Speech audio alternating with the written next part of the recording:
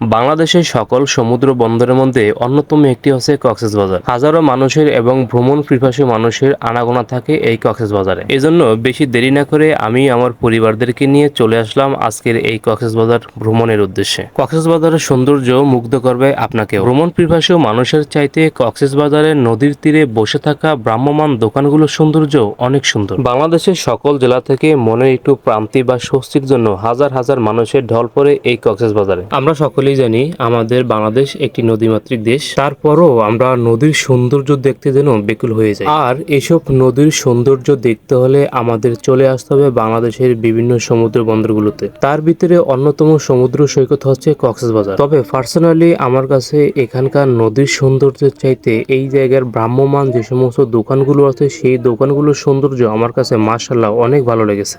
একটা ব্যাপার আমি খেয়াল করে দেখলাম, মানুষ জীবন জীবিকার তাগিদে কতই না কিছু করে থাকেন, তবে এই সমস্ত ভ্রাম্যমাণ দোকানগুলো আমরা যারা ভ্রমণ পিপাসু আছি আমাদের জন্য ব্যাপক উপকারী। যেমন সমুদ্র সৈকতে বসে থেকে আমরা আমাদের হাতের নাগালে আমাদের নিত্য প্রয়োজনীয় জিনিসগুলো পেয়ে থাকি। একটা বিষয় আমি খুবই বিভ্রান্ত, কারণ এখানে ভ্রাম্যমাণ যে সমস্ত দোকানগুলো আছে আর সেই সমস্ত দোকানের দোকানিরা বেশিরভাগই 18 বছরের নিচে।